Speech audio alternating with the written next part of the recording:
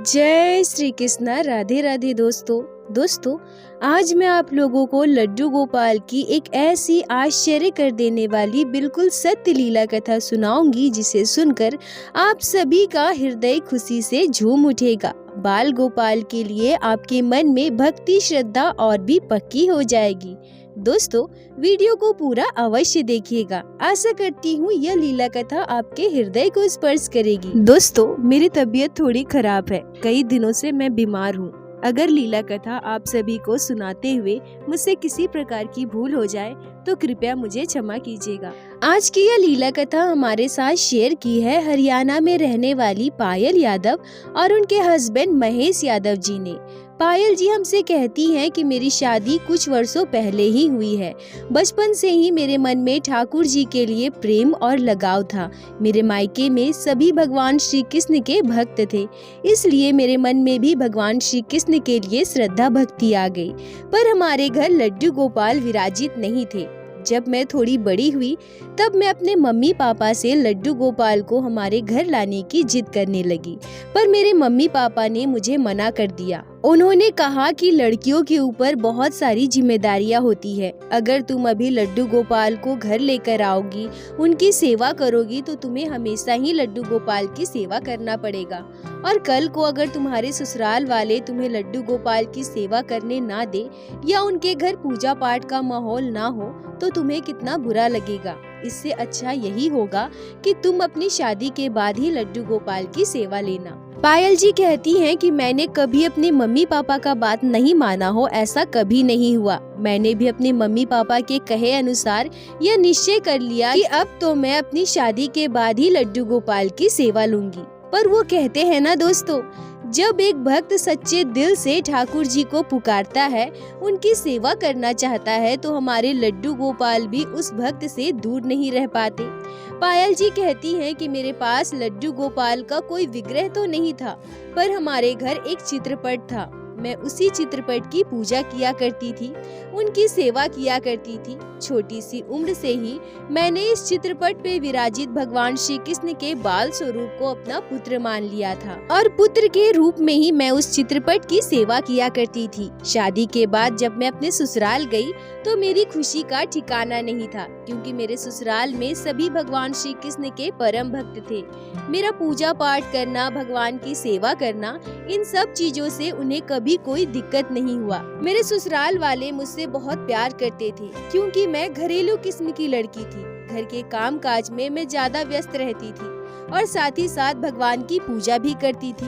इन सभी कारणों से मेरे ससुराल वाले मुझे बहुत मानते थे। मेरी सासू माँ मुझसे बहुत प्यार करती थी। मेरे हस्बैंड जॉब करते थे। जॉब करने की वजह से उन्हें ज्यादा पूजा पाठ करने का, भगवान की भक्ति करने का समय नहीं मिल पाता था। पर इसका मतलब यह नहीं है कि वो नास्तिक थे, वो भी भगवान को मानते थे, बस समय के अभाव से ज्यादा पूजा पाठ नहीं कर पाते थे। मेरे ससुराल से मेरे मायके की दूरी मात्र 30 मिनट की थी। कभी कभी मेरे हस्बैंड ऑफिस जाते समय मुझे मेरे मायके छोड़ देते थे और शाम को ऑफिस से घर आते समय मुझे लेकर आते थे। यही हमारा हमेशा का रूटीन था, पर अपने मायके में मैं ज्यादा नहीं जाती थी। कभी कभी मन होने पर या किसी काम हो, यही हमारा हमेशा का रूटीन था, पर मैं हमेशा अपने मायके नहीं जाती थी। कभी कभी जब कोई काम हो या फिर मेरा मन हो तभी मैं अपने मायके जाया करती थी, नहीं तो अधिकतर समय मैं अपने ससुराल में ही रहती थी। पायल जी कहती हैं कि एक बार की बात है, रविवार का दिन था। मैंने अपने हस्बैंड से कहा कि मुझे आज अपने मायके जाने का मन कर रहा है। मेरे हस्बैंड ने मुझसे कहा कि ठीक है, वैसे भी आज मेरी छुट्टी है, चलो अभी चलते हैं और रात तक घर वापस आ जाएंगे। इसके बाद मैं तैयार हो गई और अपने हस्बैंड के साथ अपने मायके के लिए निकल गई। हम रास्ते में जा ही रहे थे कि तभी अचानक मैंने अपने हस्बैंड से कहा कि बाइक रोक दीजिए। मेरे हस्बैंड ने बाइक रोक दी। फिर मैं बाइक से उतरकर सीधा चली गई। मेरे हस्बैंड को कुछ भी समझ नहीं आ रहा था कि मैं कहाँ जा रही हूँ। वो भी मेरे पीछे पीछे आए, और जब वो मेरा पीछा करते हुए पहुँचे तब वो क्या देखते हैं कि मैं अपनी गोद में एक बड़े साइज के 15 नंबर साइज के लड्डू गोपाल को लेकर बैठी हूँ। पायल जी कहती हैं कि जब मैं अपने हस्बैंड के साथ रास्ते से जा रही थी, तभी अचानक मेरी नजर दुकान में बैठे उस लड्डू गोपाल पर पड़ी। मैं खुद को रोक नहीं पाई। मुझे ऐसा लग रहा था कि दुकान में बैठे वो लड्डू गोपाल मुझे बुला रहे हैं। इतने बड़े साइज के लड्डू गोपाल को मेरे गोद में देखकर मेरे हस्बैंड भी चौंक जाते हैं। वो भी सोचने लगते हैं कि आज से पहले तो पायल ने ऐसा कभी नहीं किया, फिर आज ये ऐसा क्यों कर रही है।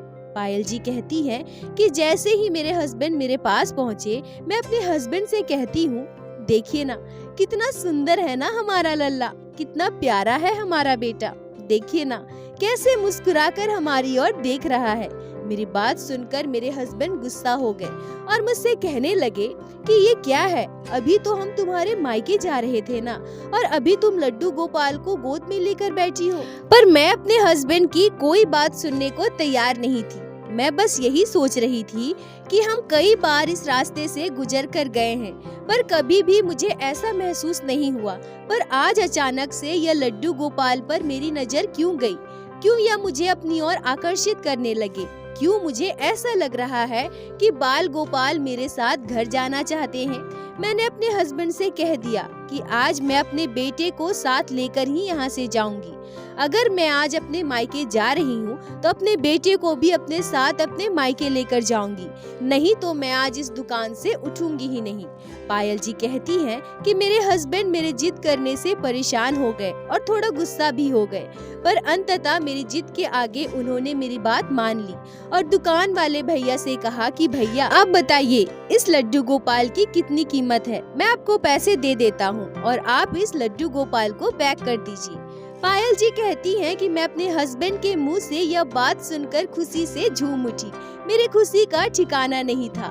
मैं समझ ही नहीं पा रही थी कि अब मैं क्या करूं। तभी दुकान वाले भैया मुझसे कहते हैं कि बहन जी आप लड्डू गोपाल को मुझे दीजिए, मैं इन्हें पैक कर देता हूं। पर मैं अपने लड्डू गोपाल को दुकानदार को कैसे दे सकती थी। मैंने उनसे कह दिया, भैया ये कोई मूर्ति नहीं है जो मैं इन्हें पैक करवा दूं, यह मेरा पुत्र है। आप एक काम कीजिए, लड्डू गोपाल जब आपकी दुकान में है तो इनका श्रृंगार का सामान भी आपके दुकान में जरूर होगा। आप मुझे मेरे पुत्र के लिए एक सुंदर सा पोशाक दीजिए और इनके श्रृंगार का पूरा सामान दीजिए, मैं तुरंत इन्हें तैयार कर देती हूँ, फिर मैं अपने बेटे को लेकर अपने मायके जाऊंगी। पायल जी कहती हैं कि मेरी इन बातों को सुनकर मेरे हस्बैंड अब और भी ज्यादा गुस्सा होने लगे। वो मुझसे कहने लगे कि तुमने मुझसे कहा कि मुझे लड्डू गोपाल लेना है, मैंने तुम्हें खरीद कर दिया, पर अब ये क्या, तुम कह रही हो कि इनका श्रृंगार करोगी? इतने बड़े लड्डू गोपाल को तुम बाइक में बिठाकर लेकर जाओगी क्या? घर ले जाकर भी तो इनका श्रृंगार कर सकती हो ना तुम, अभी ये सब करने की क्या जरूरत है? पायल जी कहती हैं कि मैं अपने हस्बैंड की बात सुनने को तैयार ही नहीं थी। मुझे तो आज अपने बेटे का सुंदर सा श्रृंगार करके इन्हें अपने साथ अपने मायके लेकर जाना था। फिर दुकान वाले भैया ने मुझे लड्डू गोपाल का एक सुंदर सा पोशाक दिया और साथ ही साथ श्रृंगार का पूरा सामान भी दिया।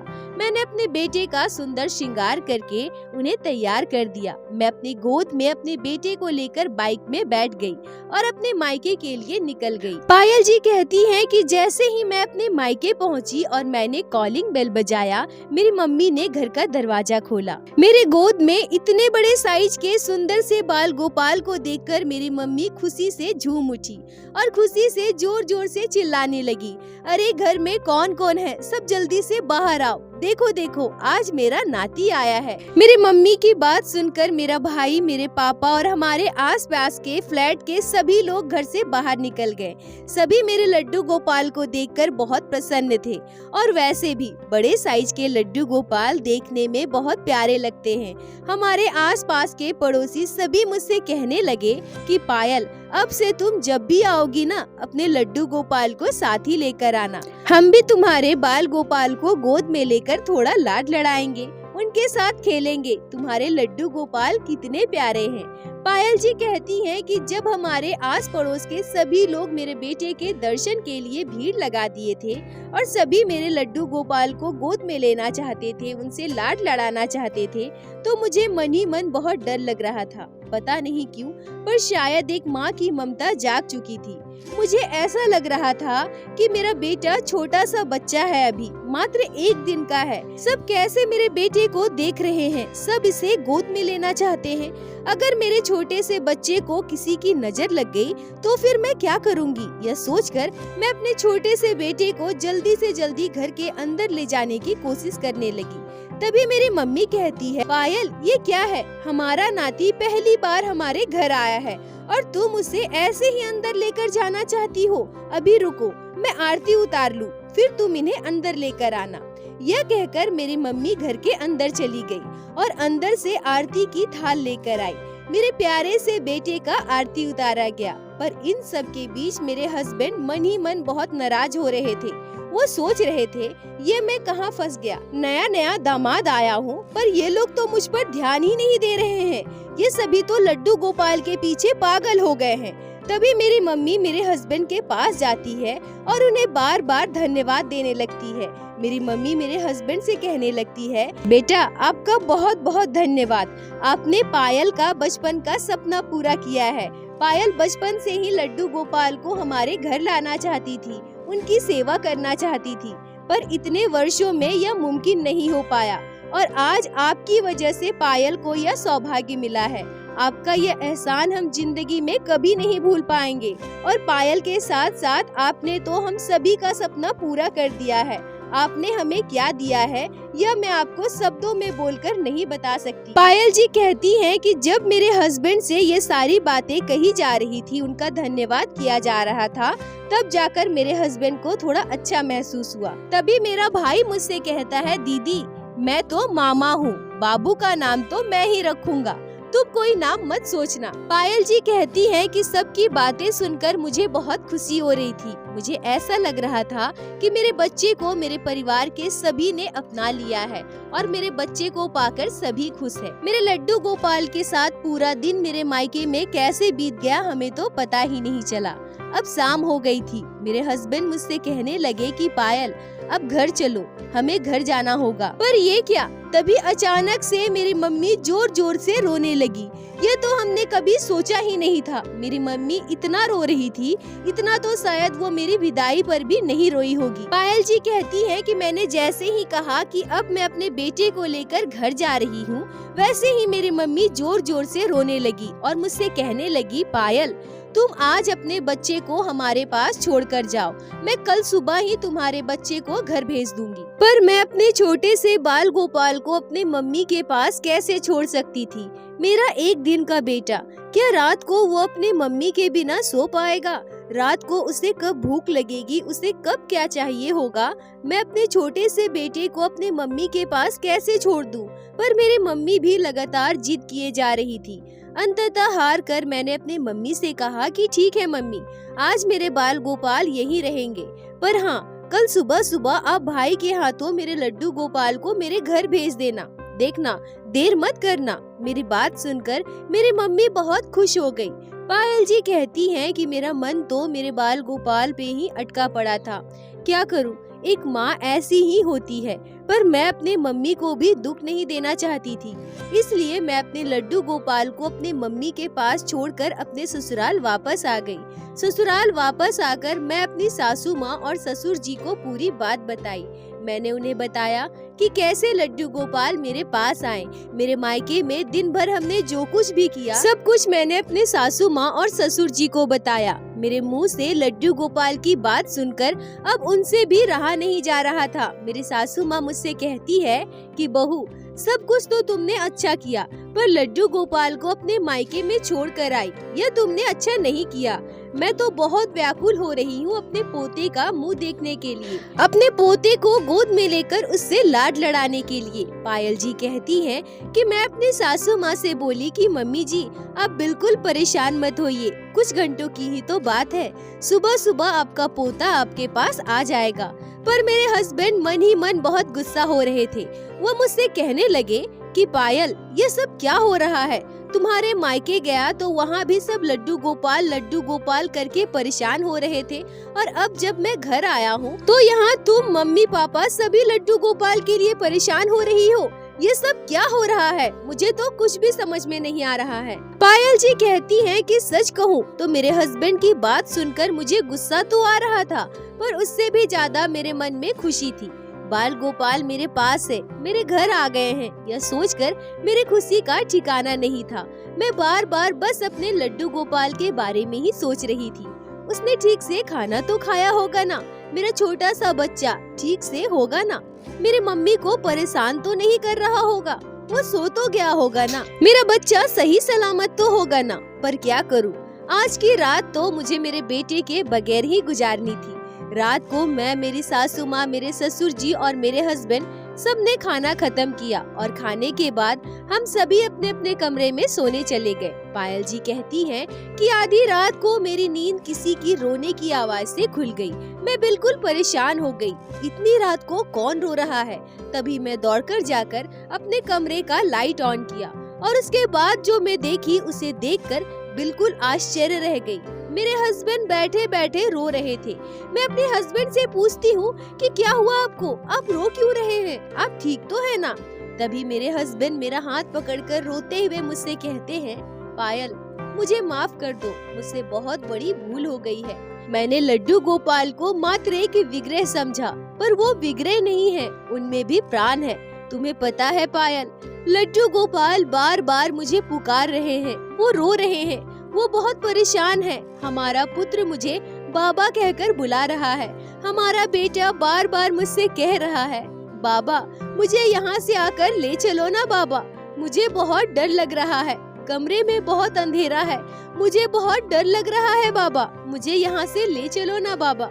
पायल जी कहती है कि मेरे हस्बैंड परेशान होकर मुझसे कहने लगे, पायल चलो ना, हमें अभी तुम्हारे मायके जाना पड़ेगा। तुम्हारी मम्मी ने तो लड्डू गोपाल के कमरे का लाइट भी ऑन नहीं किया है, हमारा बच्चा अंधेरे में परेशान हो रहा है, हमारा बेटा रो रहा है, अंधेरे में उसे बहुत डर लग रहा है। चलो ना पायल, मुझे तो अभी जाना पड़ेगा अपने बेटे को लाने के लिए, मैं अपने बेटे के बिना नहीं रह सकता। पायल जी कहती हैं कि अपने हस्बैंड के मुंह से ये सारी बातें सुनकर मुझे आज बहुत खुशी हो रही थी, एक अलग ही आनंद की अनुभूति हो रही थी। मैं सोच रही थी कि चलो जो भी हो, मेरे हस्बैंड ने मेरे बेटे को अपना तो लिया, और सबसे बड़ी बात, मेरे बेटे ने आज अपने बाबा को अपने होने का आभास करा दिया। तभी मैं घड़ी की तरफ देखती हूँ, रात के 2:30 बज रहे थे।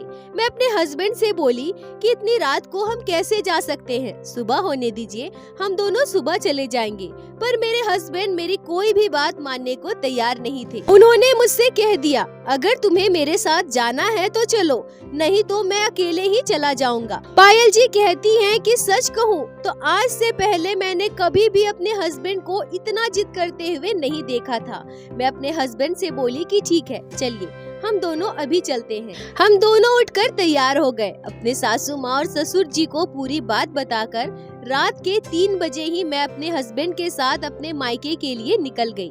मैं जैसे ही अपने मायके पहुंची, वहां पहुंचकर मैं क्या देखती हूँ कि अंदर कमरे की लाइट तो पहले से ही जल रही है।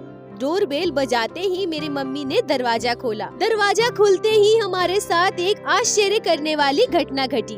मेरी मम्मी मुझसे कहती है, आ गए तुम लोग, बहुत अच्छा किया, अब जाओ अपने बच्चे को तुम ही संभालो, तुम्हारा बच्चा बहुत शैतान है, हमें परेशान कर रखा है, बिल्कुल भी सोने नहीं दिया है, अब अपने बेटे को तुम ही संभालो। पायल जी कहती हैं कि लड्डू गोपाल की इन लीलाओं को सुनकर, उनके चमत्कारों को देखकर मेरी खुशी का ठिकाना नहीं था। मैं दौड़कर जाकर अपने लड्डू गोपाल को गोद में उठाती हूँ और उसी समय अपने बाल गोपाल को लेकर अपने घर वापस आती हूँ। धूमधाम से मेरे ससुराल में लड्डू गोपाल का प्राण प्रतिष्ठा करवाया गया और उसी दिन से हमारे घर बाल गोपाल की सेवा होने लगी। आज लड्डू गोपाल हमारे घर में सभी के आंखों के तारे हैं। बाल गोपाल से हमारे परिवार में सभी बहुत प्रेम करते हैं। पायल जी, आपका बहुत बहुत धन्यवाद जो आपने लड्डू गोपाल की इस अद्भुत प्यारी सी लीला कथा को हमारे साथ शेयर की, जिसे मैं हमारे चैनल के माध्यम से बाकी सारे भक्तों तक पहुंचा सकी। अपना साथ और प्यार ऐसे ही बनाए रखे। दोस्तों, लड्डू गोपाल इस कलयुग में भी अपने भक्तों के साथ निरंतर लीलाएं किए जा रहे हैं। बस भक्तों को बाल गोपाल की हर एक लीला को सच्चे दिल से अनुभव करने की आवश्यकता है, उन पर विश्वास करने की आवश्यकता है। हमारे लड्डू गोपाल हर परिस्थिति में अपने भक्तों के साथ होते हैं, तो कृपया अपने ठाकुर जी पर भरोसा बनाए रखें और सच्चे दिल से उनकी सेवा करें। अपने बाल गोपाल से प्रेम कीजिए। सच में दोस्तों, आज की यह लीला कथा हृदय को स्पर्श कर गई और प्रसन्नता से अपने बाल गोपाल के लिए श्रद्धा भक्ति और भी ज्यादा गहरी हो गई। दोस्तों, एक बार मेरे साथ प्रेम से कहिए, बोलो बाके बिहारी लाल की जय, लड्डू गोपाल की जय, जय जय श्री राधे। दोस्तों, यदि आप लोगों को आज की यह लीला कथा अच्छी लगी हो, आपके हृदय को स्पर्श की हो, तो कृपया वीडियो को लाइक करके अपने दोस्तों के साथ शेयर अवश्य करें, जिससे बाकी भक्त भी लड्डू गोपाल की इस अद्भुत लीला कथा को श्रवण कर सके। और हमारे चैनल को सब्सक्राइब करें, जिससे प्रतिदिन आप लोग हमारे चैनल पे श्री बाके बिहारी श्री लड्डू गोपाल की लीला कथा सुन सके। दोस्तों, यदि आपके जीवन में घटी हो कोई भी चमत्कारी घटना या लड्डू गोपाल ने कभी भी की हो कोई भी लीला जिसे आप हम सभी के साथ शेयर करना चाहते हैं, तो कृपया हमें इंस्टाग्राम पे मैसेज करें। हम आपसे कांटेक्ट करेंगे और आपकी उस लीला कथा को हमारे चैनल पे बाकी सारे भक्तों के साथ शेयर अवश्य करेंगे। लड्डू गोपाल की कृपा आप पर और आपके पूरे परिवार पर बनी रहे। राधे राधे दोस्तों।